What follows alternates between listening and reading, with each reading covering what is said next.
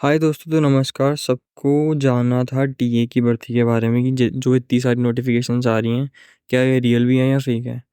तो हाँ, टीए की भर्ती फेक नहीं है, ये रियल है। अब इसकी एक्चुअल में होने वाली है और यहाँ पे मैं आपको एग्जैक्ट लोकेशन बताऊंगा और एलिजिबिलिटी क्राइटेरिया जो है इसका वो बताऊंगा, और ये बताऊंगा कि इसके लिए अप्लाई कैसे करना है, क्या क्या डॉक्यूमेंट्स की नीड है। तो ध्यान से देखना, अकेली चीज़ के बारे में हम डिस्कस करेंगे। तो अगर ये वीडियो इधर उधर चल जाएगी, इससे अच्छा आप लाइक कर दो जिससे आपके पास सेव होके रहे, और उसको शेयर कर देना। जो बंदा 8th पास है, 10th पास है या 12th पास है और 18 से 42 साल की एज के अंडर आता है, ठीक है। तो चलो हम डिस्कस कर लेते हैं। सबसे पहले हम बात करते हैं अपनी ये जो जोन जोन 1 है हमारी, ठीक है, उसके बारे में। सबसे पहले देखो, यहाँ पे ऊपर आप देख सकते हो, यहाँ पे लिखा हुआ advertisement for the recruitment in infantry battalion. जो इन्फेंट्री बटालियन वहाँ पे, ठीक है, टेरिटोरियल आर्मी का। और इन्होंने यहाँ पे एक लाइन लिखी हुई है, selection in the territorial army is fair and transparent and on merit only, at no stage any bribe is to paid. ये मतलब कि ये बताया हुआ कि किसी जेंट वगैरह के चक्करों में नहीं पड़ना है, यहाँ पे अपनी मेहनत से हो। तो यहाँ पे मैं एक चीज़ और आपको पहले ही बता देता हूँ वीडियो शुरू करने से पहले, कि ये जो है ना, जो 30 साल से, जो 31 साल से ऊपर है, ठीक है, 18 से 30 वाली अलग कैटेगरी है। जो 31 से 42 साल तक की एज में उनको, मतलब दौड़ में, रनिंग में उनको छूट मिलेगी, उनको ज़्यादा टाइम मिलेगा, ठीक है। चलो शुरू करते हैं। यहाँ पे आप देख सकते हैं, यहाँ पे लिखा हुआ है स्टेट और यूटी की जो डिस्ट्रिक्ट हैं। जो यूटी हैं हमारी लद्दाख और जम्मू एंड कश्मीर और पठानकोट डिस्ट्रिक्ट पंजाब। इनकी ये जो डेट है, यानी कि कब कब रहेगी, 10 से 24 नवंबर तक इनकी भर्ती होगी। अब ये अलग अलग डेट पे होगी, एक दिन पे हो जाएगी, ये भी चीज़ें मैं बताऊंगा, बस देखते रहो। तो लोकेशन क्या रहने वाली है, देखो, जो जम्मू वाले हैं, कश्मीर वाले हैं, पठानकोट वाले हैं, लद्दाख वाले हैं, और जितनी भी डिस्ट्रिक्ट है पंजाब की, उनमें जो रहते हैं, उन सभी की 10 नवंबर से 24 नवंबर तक होगी। यानी कि लगभग ये चलेगी आपकी 14 दिन ये भर्ती चलेगी। तो ये माधोपुर पंजाब में होगी। यहाँ पे नोटिफिकेशंस बड़ी आ रही हैं, इसको ऑफ कर लेते हैं। तो इसकी लोकेशन क्या रहेगी, माधोपुर पंजाब में, ठीक है। उसके बाद हम आ जाते हैं जो पंजाब वाले हैं, ठीक है, जो यहाँ पे SCS नगर से, मतलब ये आप लोकेशन देख लो, ठीक है, Punjab less SCS Nagar and Pathankot district of Punjab से, ठीक है, उनकी लुधियाना में रहेगी। और यहाँ पे डेट नहीं की है इन्होंने, अभी यहाँ पे मेंशन नहीं करी डेट। नीचे जो हिमाचल वाले हैं, चंडीगढ़ वाले हैं, पंचलूका हरियाणा वगैरह, उनकी 28/12। अभी अभी बाकी वाले देख लेना क्या क्या मतलब जगह है, डेट क्या है, लोकेशन क्या है। और यूनिट देख लो, यूनिट आपकी सारी जो इन्फेंट्री की वो रहेगी बटालियन, ठीक है, वेस्टर्न कमांड में। तो ये चीज़ें आप पढ़ लेना, मैंने बता दिया डेट का कि कब कब कब है। लोकेशन आप यहाँ से देख सकते हो, लोकेशन से, और जगह पे यहाँ से। उसके बाद वैकेंसी कितनी है, ठीक है, सोल्जर में कितनी है, सारी बटालियन जो हैं उनमें 515। अभी जो इन्फेंट्री बटालियन है, ये सिख यहाँ पे 239 है, इसमें सिखलाई में 260, क्लर्क की 17, 5, 6, शेफ कितनी है, कुक मैस कितनी, तो देख लेना मैं, यानी कि सबसे ज़्यादा है सोल्जर GD की। उसके बाद उन्होंने नीचे मेंशन करा है, कैंडिडेट जो बिलोंग करते हैं जम्मू डिस्ट्रिक्ट, बड़ी ब्राह्मणा, विजयपुर, रामगढ़ तहसील आर ओनली एलिजिबल। अच्छा अच्छा, यहाँ पे ना इन्होंने मतलब नीचे मेंशन भी करा हुआ है कौन कौन एलिजिबल है, कौन कौन नहीं। अब जो सारी बटालियन है ना, यहाँ पे इन्फेंट्री बटालियन, यहाँ पे उनमें जो क्या बोलते हैं, जो जोन 1 से हैं, वो सारे एलिजिबल है। अभी जोन 1 में हमारा ये चीज़ें आ जाती हैं, क्या बोलते हैं, लद्दाख, जम्मू कश्मीर, पठानकोट पंजाब। इसके बारे में भी डिस्कस कर लेंगे हम थोड़ी देर में, पहले ये चीज़ें देख लो। उसके बाद ये जो सिख बटालियन है, इसमें कौन कौन आता है, जो जम्मू डिस्ट्रिक्ट से हैं, बड़ी ब्राह्मणा से हैं, विजयपुर और रामगढ़। मैं फिर से बोल रहा हूँ ये चीज़, जो जिनकी तहसील विजयपुर है और रामगढ़ है या फिर सांबा है, वो भी इसके लिए एलिजिबल हैं। यानी कि जिनकी डिस्ट्रिक्ट, या क्या बोलते हैं, जिनकी तहसील विजयपुर है, रामगढ़ है, सांबा है, ठीक है, बड़ी ब्राह्मणा, जम्मू, ये पौनी, रियासी, ये सिख के लिए भी एलिजिबल है, और बाकी सारी इन्फेंट्री जो है उनके लिए एलिजिबल है। और ये जो सिखला है, इनके लिए वो कैंडिडेट्स बिलोंग करते हैं जो कठुआ से, सांबा से, मजालता से, रामनगर से और उधमपुर डिस्ट्रिक्ट से बिलोंग करते हैं। ठीक है, उसके बाद ये दूसरी जो है माधोपुर पंजाब वाली, इसको देख लेते हैं। यहाँ पे इन्होंने डिस्ट्रिक्ट मेंशन कर रखे हैं, जम्मू, बड़ी ब्राह्मणा, विजयपुर, रामगढ़। ये देख लो, ये जो डिस्ट्रिक्ट्स हैं, ठीक है, सांबा डिस्ट्रिक्ट भी है इसमें, बड़ी ब्राह्मणा भी है। इनकी लोकेशन क्या रहने वाली है? इनकी लोकेशन रहेगी 126 इन्फेंट्री टी ए, ये भी माधोपुर पंजाब सेम जगह में। और यहाँ पे टाइम देख लो, मेन चीज़ यहाँ पे टाइम है कि रात के 2 बजे आपको अंदर आ जाना और 5 बजे के बाद एंट्री नहीं मिलेगी। मतलब जितनी भी डेट को है ना, उससे एक दिन पहले ही बंदा वहाँ पे पहुँच जाए, वही सही रहेगा। बाकी आप देख सकते हो कि यहाँ पे डेट, मतलब वो एग्जैक्ट डेट भी बताई हुई है। मतलब अगर यहाँ पे आपकी ये चीज़ की क्लैरिटी होगी कि आप ये तहसील से हो या ये वाली डिस्ट्रिक्ट से हो, तो आपको इस डेट पे जाना है। अब जो बंदे हैं, ठीक है, विजयपुर जिनकी तहसील है, ठीक है, या फिर बड़ी ब्राह्मणा या रामगढ़ है, सांबा, ये अभी मैं फ़िलहाल जम्मू की बात कर रहा हूँ, तो उनको आना है 11 तारीख को। जो जम्मू वाले हैं, जो सिर्फ जम्मू वाले हैं, जिनकी क्या बोलते हैं, डिस्ट्रिक्ट जिनकी जम्मू वगैरह है, जो जम्मू के अंडर आते हैं, उनको 10 तारीख को जाना है। उसके बाद सांबा वाले जो हैं, सांबा डिस्ट्रिक्ट वाले, मैं सिर्फ पहले सांबा की बता रहा हूँ, ठीक है, विजयपुर, सांबा, बड़ी ब्रह्मणा वाले एक हो गया 11 तारीख को। दूसरा हो गया सांबा डिस्ट्रिक्ट वाले हैं, यानी कि जिनकी भी डिस्ट्रिक्ट सांबा पड़ती हैं, उनको 14 तारीख को, 14 नवंबर। उसके बाद 20 तारीख को भी है। तो ये हो गया सांबा वालों का। बाकी बड़ी ब्राह्मणा, क्या बोलते हैं, बड़ी ब्राह्मण, यार आई एम सॉरी, त्रियांत पौनी रियासी तहसील वालों का 12 तारीख को है, कठुआ 13। तो ये सब आप देख लेना, बाकी लोकेशन यहाँ पे सेम रहेगी। ठीक है, उसके बाद ये लुधियाना पंजाब वालों की ये डिस्ट्रिक्ट है। भाई मैंने बता दिया आपको देखने का तरीका क्या है। यहाँ से आप डिस्ट्रिक्ट देख सकते हो, यहाँ से लोकेशन देख सकते हो, यहाँ से यूनिट और यहाँ से डेट। मैंने इतना स्लो करा, आप चाहे तो स्क्रीनशॉट ले लेना। उसके बाद ट्रेड टेस्ट, यहाँ पे आपका टेस्ट भी होगा। जिन्होंने सोल्जर क्लर्क के लिए अप्लाई करना है ना, तो उनका क्या है, उनको आईटी यानी कि इंफॉर्मेशनल टेक्नोलॉजी और कंप्यूटर के बारे में पता होना चाहिए। कैंडिडेट को वो टेस्ट करेंगे, उसकी अवेयरनेस है उसको या नहीं। सॉफ्टवेयर जो होते हैं कंप्यूटर के, जिनको यूज़ करना उन्होंने, उसके बारे में नॉलेज है या नहीं, उसको टाइपिंग ठीक ठाक कर लेता है या नहीं। और बेसिक जो होते हैं हार्डवेयर कंप्यूटर के, उसके बारे में नॉलेज होनी चाहिए। और जो ट्रेड्समैन है, उसका क्या है, उसकी अपनी जो रिस्पेक्टिव ट्रेड है, जिस भी वो ट्रेड में जा रहा है, उसके बारे में नॉलेज होनी चाहिए, उसको अच्छी तरीके से करना आता होनी चाहिए। बाकी ये टैटूस के बारे में लिखा हुआ है यहाँ पे। भाई ये काहे को घूम गया? चलो अभी सीधा देख लेते हैं, अगर सीधा हो ही गया तो। टैटूस के बारे में यहाँ पे दिया हुआ है कि अगर कोई बंदा, ठीक है, कोई ट्राइबल कम्युनिटी वगैरह से बिलोंग करता है, तो टैटू परमिटेड है बॉडी पे। यार ये सब चीज़ें आप पढ़ लेना, मैं अभी सिर्फ मेन मेन चीज़ें बता देता हूँ आपको। जो फिजिकल फिटनेस टेस्ट है वो क्या रहेगा, जो 18 से 30 साल के बंदे हैं उनका रहेगा 5 मिनट 30 सेकंड का। मतलब 5 मिनट 30 सेकंड में उनको दौड़ कंप्लीट करी अगर उन्होंने, तो उनको 60 मार्क्स मिलेंगे। अगर 5 मिनट 31 सेकंड में करें, या फिर मतलब 5 मिनट 31 सेकंड से 5:45 से करें, तो 40 मार्क्स। अगर 5:46 हो गए तो बंदा फेल है। अगर जो 31 से 42 साल वाले हैं ना, मैं पहले ही कह रहा था, उनका अलग ही कैटेगराइज हो रखा है। तो 31 से 42 साल जो वाले हैं, उनको 6 मिनट 15 सेकंड मिलेंगे। अगर 6:15 में हो गया तो 60 मार्क्स मिल जाएंगे। अगर से 16 से 6:30 तक चला गया तो फिर 40 मिलेंगे। अगर 6:31 से नीचे आ गया, तो मतलब 6:31 से ज़्यादा चला गया, तो फिर बंदा फेल है। बाकी 1 मील की दौड़ रहेगी। 1 मील यानी कि 1600 मीटर होता है। 1 किलोमीटर और 600 मीटर, इसको 1 किलोमीटर नहीं समझ लेना। ठीक है, मैंने बता दिया कितना कितना टाइम चाहिए। उसके बाद आपके पुलअप्स रहेंगे। जो 18 से 30 साल का है, ठीक है, उसके 10 रहेंगे।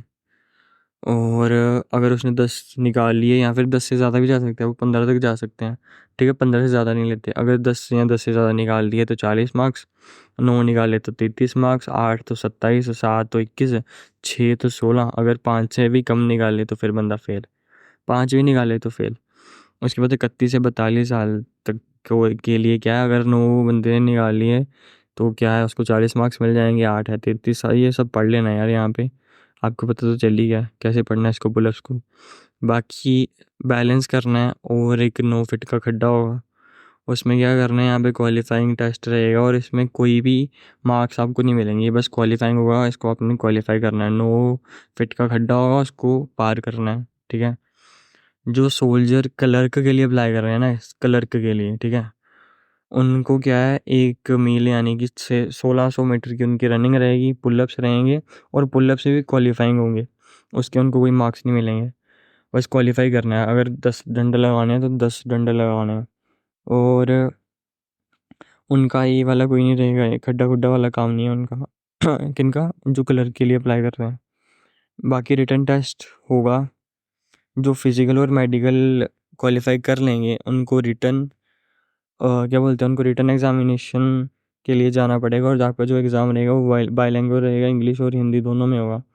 अब एग्जामिनेशन का लेवल क्या रहेगा, कईयों को डाउट रहता है कि ये भाई 12th बेस पे है, क्लर्क के लिए हम अप्लाई कर सकते हैं, तो पक्का से क्या है कि पेपर भी 12th बेस रहेगा, तो ऐसा नहीं है, पेपर आपका 8th और 10th बेस पे रहेगा। अभी देख लो यहाँ पे एग्जामिनेशन लेवल लिखा हुआ ना, उसके आगे ही लिखा हुआ कि जो रिटन टेस्ट है आपका, 1 सेकेंड, हाँ, जो रिटन टेस्ट है आपका वो बस मैट्रिकुलेट या फिर 8वीं मतलब 10वीं और 8वीं के लेवल का रहेगा। जो बंदे सोल्जर जीडी के लिए और ट्रेड्समैन के लिए अप्लाई करेंगे उनका सिलेबस देख लो। जीके यानी कि जनरल नॉलेज आएगी, उसके 20 क्वेश्चन होंगे, 2-2 मार्क्स होंगे, यानी 40 मार्क्स इसके हो गए। अगर जनरल साइंस आएगी, ठीक है, वो 8th लेवल की 10th लेवल की बस, लेकिन ये बस नाम की बोलते हैं, ठीक है, ये सारे कॉम्पिटेटिव वाले होती उसके उससे एक लेवल ऊपर ही है। और मैं सजेस्ट करूँगा कि सीबीएसई, यहाँ पे भी लिखा हुआ है ना, यहाँ पे ऊपर उन्होंने कि सीबीएसई सिलेबस होगा। अगर पढ़ना ही है ना 8वीं लेवल का 10वीं लेवल का, तो सीबीएसई की बुक्स पढ़ना, उनके पीवाई क्यूज़ लगाना, या फिर आर्मी वालों के पेपर लगा लेना।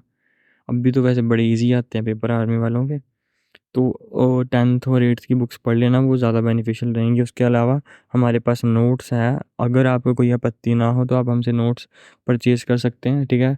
वो टॉपर्स लोग हैं जिन्होंने बनाए हुए हैं, वो आपको 300 रुपये में पड़ेंगे, तो वो सारे नोट्स होंगे, सारे मतलब आपको सारा मटेरियल मिल जाएगा। फिर आपको इधर उधर भागने की नीड नहीं पड़ेगी, बस वो पढ़ लोगे तो आपकी नैया पार हो जाएगी। लेकिन वो अभी दूर की बात है, रिटर्न फिलहाल अपनी रनिंग पे फोकस करो। ये मैं बस आपको चीज़ें बता रहा हूँ कि जो जो चीज़ें जिस तरीके से होनी है, ठीक है। ये मैंने बता दिया, जीके 20 मार्क्स की, साइंस आपकी 15 मार्क्स की, मैथ आपका 15 मार्क्स का, और ये किसके लिए, जीडी के लिए और ट्रेड्समैन के लिए। यानी कि टोटल आपके 100 मार्क्स हो गए, 30 मार्क्स हो गए आपके मैथ के, 30 हो गए साइंस के, और 40 हो गए आपके जीके के। और यहाँ पे कोई नेगेटिव मार्किंग नहीं रहेगी, खुला जितने भी क्वेश्चन 50 मतलब आपके 20 30 मतलब 30 ही हो गए, 15 15 30 और 20 हो गए, यानी कि 50 मार्क्स से 50 के 50 ही अटैम्प्ट करके आ जाओ, कोई चक्कर नहीं, क्योंकि नेगेटिव मार्किंग नहीं है। बाकी क्लर्क का जो एग्ज़ाम है उसमें जीके और जीएस, फिर से सुन लो, जीके और जो साइंस है, ठीक है, वो इकट्ठे आएगी, और 10 क्वेश्चन होंगे उनके टोटल 2-2 मार्क्स के, यानी कि क्या बोलते हैं, 20 मार्क्स का आपका ये रहेगा जीके और साइंस। उसके बाद आपका मैथ्स और कंप्यूटर जो है, उसके 15 क्वेश्चन आएंगे, 2 मार्क्स का वो रहेगा, यानी 30 मार्क्स हो गए आपके इसके मैथ और कंप्यूटर साइंस के। उसके बाद सबसे ज़्यादा यहाँ पे मैटर करती है आपकी इंग्लिश, आपको अंग्रेज़ी आनी चाहिए। अंग्रेज़ी के आपको 25 क्वेश्चन आएंगे, 2-2 मार्क्स के रहेंगे, यानी 50 का ही हो गया, ठीक है। 50 मार्क्स हो गए इसके इंग्लिश के, 30 हो गए आपके मैथ्स और कंप्यूटर साइंस के, कितने 80 तो यहाँ पे हो गए, जो 20 बचे तो वो आपके जनरल साइंस और जीके के। तो देख लेना, सोच समझ के अप्लाई करना, जिसके लिए भी अप्लाई करना होगा। और अभी जान लेते हैं कि पासिंग मार्क्स क्या हैं, ठीक है। नेगेटिव मार्किंग यहाँ पे अंदर रहेगी नहीं, मैंने पहले बताया आपको। उसके बाद जिसने जीडी और ट्रेड्समैन के लिए अप्लाई करना, उसके कम से कम 100 में से 32 मार्क्स आने चाहिए। और जो बनना चाहता है भाई क्लर्क, उसके मिनिमम चाहिए 40 मार्क्स, ठीक है। और यहाँ पे वही आपका ब्रेक डाउन करके उन्होंने बताया, मैंने अभी आपको पहले ही बता दिया, जीके कितने क्वेश्चन आएंगे, इतने मार्क्स का होगा, मिनिमम पासिंग मार्क्स आपको इतने चाहिए। स्क्रीनशॉट लेना हो तो ले सकते हो, ठीक है। उसके बाद यहाँ पे रिक्रूटमेंट जोन, अब कह रहा था ना कि मैं आपको जोन के बारे में बताऊंगा, तो अभी बता रहा हूँ। जोन 1 में आपकी आ जाती हैं हरियाणा, हिमाचल, पंजाब, एनसीटी दिल्ली का। उसके बाद चंडीगढ़, जम्मू कश्मीर और लद्दाख। जोन 2 में आ जाता है आपका बिहार, एमपी, उड़ीसा, उत्तर प्रदेश, झारखंड, छत्तीसगढ़, उत्तराखंड। जोन 3 पढ़ लेना, जोन 4 पढ़ लेना, ठीक है। उसके बाद बॉडी टैटू अगर आपके पास हो तो फिर उसका सर्टिफिकेट ये हुआ है, ठीक है। ये दूसरा सर्टिफिकेट है, ये तीसरा चौथा भी, इनका मुझे नहीं लग रहा ये इतना ज़रूरी है, ये इतना तो सभी जानते ही होंगे। अभी हम नेक्स्ट पेज पे आ जाते हैं। यहाँ पे जो हरियाणा वाले हैं ना, ये उनके लिए है। मैं यहाँ पे स्लो कर देता हूँ, बाकी सेम ही चीज़ें रहेंगी। आप यहाँ से पढ़ सकते हो आराम से इसको। ठीक है, इतनी ही बात थी आपकी जानने लायक, वो मैंने बता दी। अभी बाकी जो है ना हरियाणा वाले या जितनी भी जोन वाले हैं, उनका मैं ऐसे धीरे धीरे क्या है कि आप इसका स्क्रीनशॉट ले सकते हैं, यहाँ पे पढ़ सकते हो इसको रोक के। वीडियो को मैं बस इसलिए शो कर रहा हूँ कि सबको पता चल जाए क्या क्या चीज़ें रहने वाली हैं। बाकी डॉक्यूमेंट्स का है यहाँ पे कि डॉक्यूमेंट्स कौन कौन से चाहिए, तो डॉक्यूमेंट का मैं बता देता हूँ। डॉक्यूमेंट जो आपको चाहिए ना, सबसे पहले देखो यहाँ पे कि ये ही सबसे मेन चीज़ है। अगर डॉक्यूमेंट नहीं होंगे आपके, फिर तो आप रह जाओगे, मतलब कि वहाँ पे पहुँच भी गए तो कुछ होएगा नहीं वहाँ पे जाके। ठीक है, आपको तो मैंने बता दिया क्वालिफिकेशन क्या रहने वाली है, 8वीं पास, 10वीं पास और 12वीं पास। ठीक है, और 12वीं पास जो है ना वो किसी भी स्ट्रीम में हो चलेगी, लेकिन जो क्या बोलते हैं आपकी मिनिमम परसेंटेज जो है 60% होनी चाहिए एग्रीगेट, और 50% आपके मार्क्स होने चाहिए इंग्लिश में और मैथ्स में। 10वीं जो पास हैं, ठीक है, उनके 45% होनी चाहिए, और 30% होनी चाहिए हर एक सब्जेक्ट में। ठीक है, जीडी वाले जो ट्रेड्समैन है 10वीं पे पास जो जाएंगे ट्रेड्समैन, उनका क्या है कि 33% उनकी टोटल होनी चाहिए। जो 8वीं पास हैं, ठीक है, उनका उनकी भी 33% होनी चाहिए जो 8वीं पास है ना वो अपना। और मैं बताता हूँ डॉक्यूमेंट्स क्या क्या लेके जाने हैं, यहाँ पे नीचे दिया ही हुआ है, यहाँ से मैं आपको रीड कर करके बताता हूँ साथ में। ठीक है, प्रेयर टू कैंडिडेट। सबसे पहले तो इन्होंने कहा है कि आप उस जोन की होनी चाहिए जिस जोन के लिए आप रिक्रूट होने जा रहे हो। अगर आप किसी सेंट्रल या स्टेट गवर्नमेंट में अंडर काम करते हो तो वहाँ से परमिशन लेके आना, और उसका सर्टिफिकेट ज़रूर लाना साथ में कि भाई मैं टीए की भर्ती देखने जा रहा हूँ। उसके बाद अगर आप किसी आर्म्ड फोर्सेस से या मतलब सीएपीएफ यानी central armed police force, reserve force या किसी भी और फोर्स से बिलोंग करते हो, तो आप उसके लिए एलिजिबल नहीं हो टीए के लिए। उसके अलावा आ, क्या है इम्पोर्टेंट चीज़, आपकी अगर आपकी शादी हुई है तो आपके पास एक ही लाड़ी होनी चाहिए, यानी आपकी एक ही वाइफ होनी चाहिए, एक से ज़्यादा वाइफ नहीं होनी चाहिए। आपके ऊपर ऑफेंसेस नहीं लगे होने चाहिए, आपको पहले डीएनए निकाला नहीं होना चाहिए, तो इतना तो आपको पता होगा। बाकी हाइट क्या 160 सेंटीमीटर आपकी चाहिए अगर आप इन एरिया से बिलोंग करते हो। ठीक है, नॉर्थ ईस्टर्न एरिया से, जो कि है सिक्किम, नागालैंड, अरुणाचल, मणिपुर, त्रिपुरा, मिजोरम, मेघालय, असम, और हिली एरिया है जो है वेस्ट बंगाल के, दार्जिलिंग और कालिम्पोंग डिस्ट्रिक्ट। और लद्दाखी हो अगर आप, गोरखा हो गढ़वाली हो, तो आपकी हाइट 157 भी चल जाएगी। चेस्ट 82 चाहिए एक्सपेंड होने के बाद, अनएक्सपेंडेड 77 चाहिए। उसके बाद वेट आपका हाइट से प्रोपोर्शनेट होना चाहिए, मतलब कि ठीक ठाक होनी चाहिए। अगर आपकी जितनी हाइट है उस हिसाब से आपका वेट भी होना चाहिए। रिलैक्सेशन जो है फिजिकल स्टैंडर्ड में किसको मिलेगी, जो सर्विसमैन के बच्चे हैं या एक्स सर्विसमैन के बच्चे हैं, या जो आर विडो है, एक्स सर्विसमैन है, जो मतलब आर विडो है एक्स सर्विसमैन की। उसके बाद कोई अडॉप्टेड सन है, या son in law or widow if she has no son, तो ये चीज़ें देख लेना यार। उसके अलावा यार सबसे मेन चीज़ है यहाँ पे डॉक्यूमेंट। ठीक है, डॉक्यूमेंट क्या क्या चाहिए, तो डॉक्यूमेंट के लिए सबसे पहले आपको अपने ओरिजिनल डॉक्यूमेंट लाने हैं। उसके बाद 2 सेट फ़ोटो कापीस लानी है सर्टिफिकेट की, मतलब जो जो आप सर्टिफिकेट लाओगे ना उसकी कम से कम आपको 2 फोटो स्टेट कॉपी होनी चाहिए। लेकिन मैं आपको सजेस्ट करूँगा कि 4 लेके जाओ, मिनिमम 4 फोटो स्टेट कॉपी लेके जाओ, 2 स्कैन करके ले जाना। ये दूर का मसला है, जितना ज़्यादा ले जाओ उतना बेटर रहता है। बाकी बर्थ सर्टिफिकेट क्या है, बर्थ सर्टिफिकेट आपका रजिस्ट्रार ने इशू कराना चाहिए, या फिर आपका, और अगर वो नहीं ना आप ला सकते तो अपनी 10th की बोर्ड की मार्कशीट आप शो कर सकते हो उसकी जगह पे। बाकी एजुकेशन सर्टिफिकेट क्या क्या चाहिए, एजुकेशन सर्टिफिकेट मार्कशीट चाहिए आपकी, जो जिस भी क्लास से आप अप्लाई कर रहे हो उसकी। उसके बाद आपका प्रोविजनल चाहिए, और वो ये नहीं ऑनलाइन निकाला होना चाहिए। ऑनलाइन निकाला भी हो तो उसके बाद मतलब इंक से साइन करे होने चाहिए आपके जो जो भी आपका मतलब पर्टिकुलर इंस्टीट्यूट है उसका जो हेड है या प्रिंसिपल वगैरह आपके स्कूल वगैरह का, यूनिवर्सिटी का, तो उसके सिग्नेचर उस पे होने चाहिए, और वो भी इंक के साथ। बाकी अगर जो ओपन जिन्होंने ओपन स्कूलिंग करी है, ठीक है, ओपन यूनिवर्सिटी से ओपन स्कूलिंग से अपनी 10th या 12th करी है, उनको अपना लिविंग सर्टिफिकेट भी लाना है जो साइन कराओ बीईओ या डीईओ ने। उसके बाद जो 8th पास है मैंने बता दिया, ठीक है। ट्रांसफ़र सर्टिफिकेट आपको लाना है साथ में। डोमिसाइल सर्टिफिकेट जो है ना, ये मेन चीज़ है। जैसे हम जम्मू कश्मीर से बिलोंग करते हैं तो जम्मू कश्मीर वालों की जो भी डोमिसाइल बन रहे हैं ना, उसके ऊपर उनका फ़ोटो नहीं है। तो अगर आपके पास पुराना है डोमिसाइल जम्मू कश्मीर का जिसके ऊपर फ़ोटो है वो सही है। अगर पुराना नहीं है तो फिर नया बनवा के फ़ोटो वाला, ठीक है, तहसील से बनवा लो, या वही होता है मेरे ख्याल से, डिस्ट्रिक्ट मजिस्ट्रेट और तहसीलदार सेम होता है। उसके अलावा जो आपकी कास्ट या फिर आप किसी पार्टिकुलर ट्राइब या कम्युनिटी से बिलोंग करते हो तो उसका सर्टिफिकेट चाहिए, और उसके ऊपर भी आपका फ़ोटो लगा होना चाहिए। ये तो पूरे जम्मू वालों के पास नहीं है, मुझे पता है। जो कास्ट सर्टिफिकेट है उसके ऊपर फ़ोटो है ही नहीं है। लेकिन यहाँ पे इन्होंने मेंशन करा है साफ साफ कि कास्ट सर्टिफिकेट या कोई भी कम्युनिटी सर्टिफिकेट आपका, उसके ऊपर फोटोग्राफ होना चाहिए कैंडिडेट का, जो तहसीलदार या सब डिविजनल मजिस्ट्रेट यानी कि एसडीएम ने या फिर डीएम ने क्या है अफिक्स करा हो। उसके बाद आपका रिलीजन का सर्टिफिकेट चाहिए, आप हिंदू हो, सिख हो, मुसलमान हो, जो भी हो। करेक्टर सर्टिफिकेट चाहिए आपका, ठीक है। करेक्टर सर्टिफिकेट आप चाहो तो एसएचओ से बनवा लो अपने एरिया के, नहीं तो आपके सरपंच से बन जाएगा, या फिर म्यूनसिपल, अगर आप शहर से हो तो म्यूनसिपल कॉर्पोरेशन से बन जाएगा। और ये 6 महीने से ज़्यादा पुराना नहीं होना चाहिए। उसके बाद आपका मैरिटल स्टेटस, जो आप मैरिड हो अनमैरिड हो कोई चक्कर नहीं, लेकिन आपका जो है ना उसका भी सर्टिफिकेट चाहिए। मैरिड का हो तो मैरिड का, अनमैरिड हो तो अनमैरिड का। अपने सरपंच से बनवा लियो, और लास्ट 6 महीने के ज़्यादा पुराना नहीं होना चाहिए।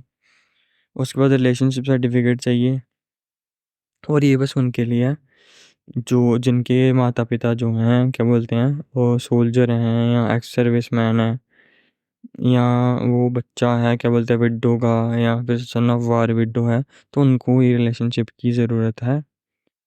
बाकी यहाँ पे इन्होंने मेंशन नहीं करा हुआ कि और किसी को है या नहीं है।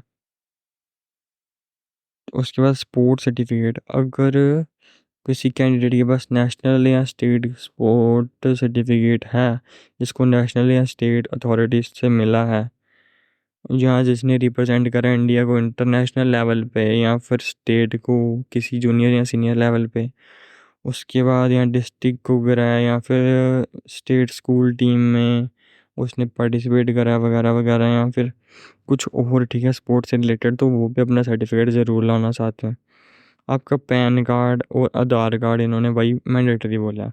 अब ये नहीं कहा इन्होंने पैन कार्ड नहीं है तो बस आधार कार्ड से काम चल जाएगा, ये कह रहे पैन कार्ड और Aadhaar card are mandatory document for final enrolment. मतलब पैन तो चाहिए चाहिए, आधार तो सबके पास होगा।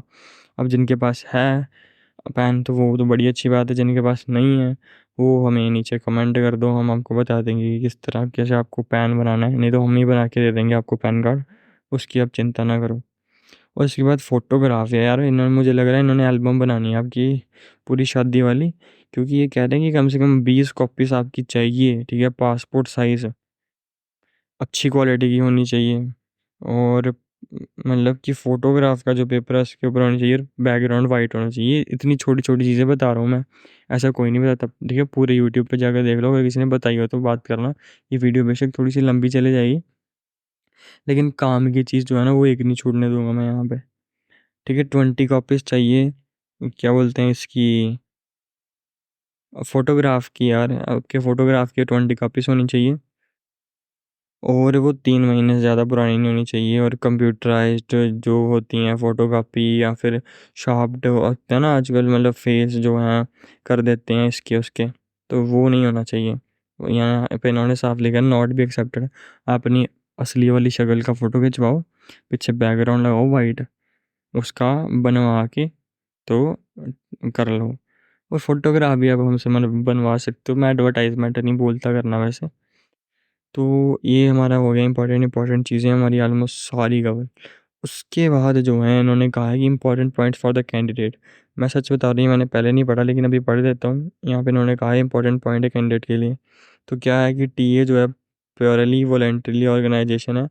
पार्ट टाइम कमिटमेंट करी है इन्होंने ओनली, फुल टाइम नहीं करी है। ये ऑर्गेनाइजेशन कोई मतलब प्रॉमिस नहीं करती है परमानेंट एम्प्लॉयमेंट का, सुन लो ठीक है ध्यान से। परमानेंट एम्प्लॉयमेंट का कोई ये प्रॉमिस नहीं करती है। जो शुरुआत का पीरियड होता है ना वो एनरोलमेंट का, वो 7 साल का होता है सिर्फ। एक्सटेंशन जो है 7 साल के बाद वो ऑर्गेनाइजेशनल मतलब जो टी है उसकी रिक्वायरमेंट के हिसाब से वो रख लेगी। तो मिनिमम 7 साल तो है। बाकी सारे कर रहे परमानेंट है, परमानेंट भर्ती आ गई, परमानेंट भर्ती आ गई, तो यहाँ से देख लो, सुन लो इसको ध्यान से। और कह रहे हैं कि सक्सेसफुल और इनिशियल पीरियड जो है 7 साल का मैंने बता दिया, अगर ज़रूरत होगी तो वो और भी रख लेंगे आपको। और जो सक्सेसफुल एनरोलमेंट है एम्प्लॉयमेंट होगी गवर्नमेंट की सेंसेशन और ऑर्गेनाइजेशन रिक्वायरमेंट के उनके ज़रूरत के हिसाब से वो एनरोल करेंगी। उसके बाद longer amendments as one they require the organisation will be called for the same is not. उसके बाद कह रहे हैं कि ऑर्गेनाइजेशन कोई प्रॉमिस नहीं करती है पेंशन का, ध्यान से सुन लो। कह रहे हैं कि ऑर्गेनाइजेशन कोई प्रॉमिस नहीं करती है पेंशन का। और ठीक है, और कह रहे हैं सिलेक्टेड कैंडिडेट जो हैं उनको ट्रेनिंग भी करनी पड़ेगी ट्रेनिंग सेंटर में, जहाँ कहीं भी होगी हिंदुस्तान में या फिर बाहर भी, अगर आपको आउटसाइड इंडिया भी जाना पड़ेगा। जो भी अथॉरिटी जो है वो डिसाइड करेगी, उस हिसाब से सिलेक्टेड कैंडिडेट्स को चलना पड़ेगा। एनरोलमेंट के बाद क्या होगा, किसी भी टाइम पे पहले 2 साल में ट्रेनिंग के अगर कोई बंदा क्या है कि मतलब सोल्जर बनने के काबिल नहीं लगा उनको, तो वो उसको निकाल भी सकते हैं टीए से। ठीक है, ये मत समझ लेना कि हम एक बार अंदर चले गए तो बस चले गए, वो कभी भी निकाल सकते हैं आपको।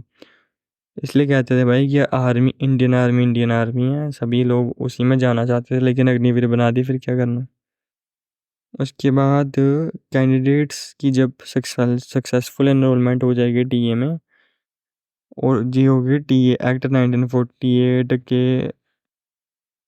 रिगार्डिंग, जैसा जो अमेंड होता रहता है, अमेंड हुआ टाइम टू टाइम, और टीए की रेगुलेशन के हिसाब से 1948 रिवाइज एडिशन 1976। और अथॉरिटीज़ कंडक्ट जो करवा रही हैं रैली, वो कोई भी रिस्पॉन्सिबल नहीं होगी अगर आपको कोई लग गई है, आपका इंजरी वगैरह आपको आ गई तो। और इन्होंने इंस्ट्रक्शन दी है, ये भी पढ़ ही लेते हैं, अब इतना सारा पढ़ लिया है तो, कि रिक्रूटमेंट जो है ये फ्री सर्विस है, किसी को कोई पैसा मत देना। और जो ये होते हैं ना जेंट जोंट पैसे लेने वाले हैं, इनसे तो बच के रहना। उसके बाद कोई इन्वेस्टिगेशन अगर होती है और कैंडिडेट की इन्वॉल्वमेंट मिल जाती है किसी जेंट के साथ, तो कैंडिडेट की जो सिलेक्शन है उसको वो कैंसिल कर सकते हैं कभी भी।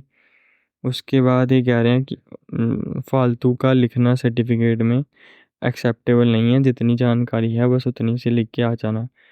और इन्होंने कहा है कि सक्सेसफुल जब आपकी एनरोलमेंट हो जाएगी, उसके बाद अगर कैंडिडेट के जो मतलब प्रोड्यूस्ड डॉक्यूमेंट्स हैं वो फेक निकले, तो फिर वो उसको सर्विस से निकाल देंगे। चाहे जितनी भी उसकी सर्विस हुई होगी, 10 साल भी हो गई हो, चाहे रिटायर भी आ गया हो, फिर भी उसको निकाल देंगे। उसके बाद कह रहे हैं कि कोई चीटिंग चूटिंग अगर किसी ने करी, ठीक है, अपनी मतलब मेडिकल के टाइम पे या रनिंग के टाइम पे या एग्ज़ाम के टाइम पे, तो उसका हम कैंडिडेचर कैंसिल कर देंगे। और मोबाइल फ़ोन जो हैं, बाकी जितने स्मार्ट डिवाइस हैं जिससे हम बात कर सकते हैं, फ़ोटो खींच सकते हैं या कोई और काम कर सकते हैं, वो कह रहे हैं हम नहीं लाने देते। मतलब मुझे लग रहा है हेडफोन भी नहीं लेके जाने देंगे अंदर। बाकी ये रिक्रूटमेंट जोन है मैंने बता दिया, जोन 1 होगी हरियाणा और होने वाली, ये पढ़ लेना इसको। उसके बाद ये पूरा पीडीएफ है, इसको क्या बोलते हैं, आप आराम से पढ़ लेना। मैं इसका जो है, इसको मैंने टेलीग्राम चैनल पे मैं मतलब कि अपलोड कर दूंगा। उसके अलावा जो बाकी के हैं ना अपने क्या बोलते हैं, ये तो मैंने बता दिया ना, जम्मू कश्मीर पंजाब वालों का, जो बाकी वाली जोन है ना सभी का, सभी को ऐसे ही देखना है जैसे मैंने बताया, सेम ही चीज़ें रहने वाली हैं। बस ये जो है ना डेट और लोकेशन है, इनको देखने के लिए मैं ये जितने भी पीडीएफ है ना, ये मैंने jobraasta.com से जो वेबसाइट है उनसे लिए हैं, तो मैं अपने टेलीग्राम चैनल पर इसको अपलोड कर दूँगा। तो आपको लिंक दे दूँगा मैं इसका, क्या बोलते हैं, डिस्क्रिप्शन में, वहाँ से देख के ज्वाइन कर लेना टेलीग्राम। और इसको अपने हिसाब से डेट वगैरह देख लेना। बाकी थैंक यू। और एक चीज़ और बता दूं, इस चैनल में हम वही चीज़ें लाएंगे जो आपके काम की होगी, फालतू हम कुछ नहीं अपलोड करेंगे। और एक ही चाहे वीडियो बनाएंगे हम 3 दिन में या 1 हफ्ते में, लेकिन वो एक वीडियो में आपकी सब सारे के सारे डाउट्स क्लियर होंगे। और मुझे उम्मीद है कि सारे आपके डाउट्स क्लियर हुए होंगे। फिर भी आपको कोई डाउट है ना, एक भी डाउट है अगर टीए के रिलेटेड या किसी और चीज़ के रिलेटेड, तो आप हमें कमेंट कर सकते हैं। हम आपका ज़रूर ज़रूर ज़रूर रिप्लाई देंगे। बाकी जय हिंद, जय भारत। मिलते हैं आपको नेक्स्ट वीडियो।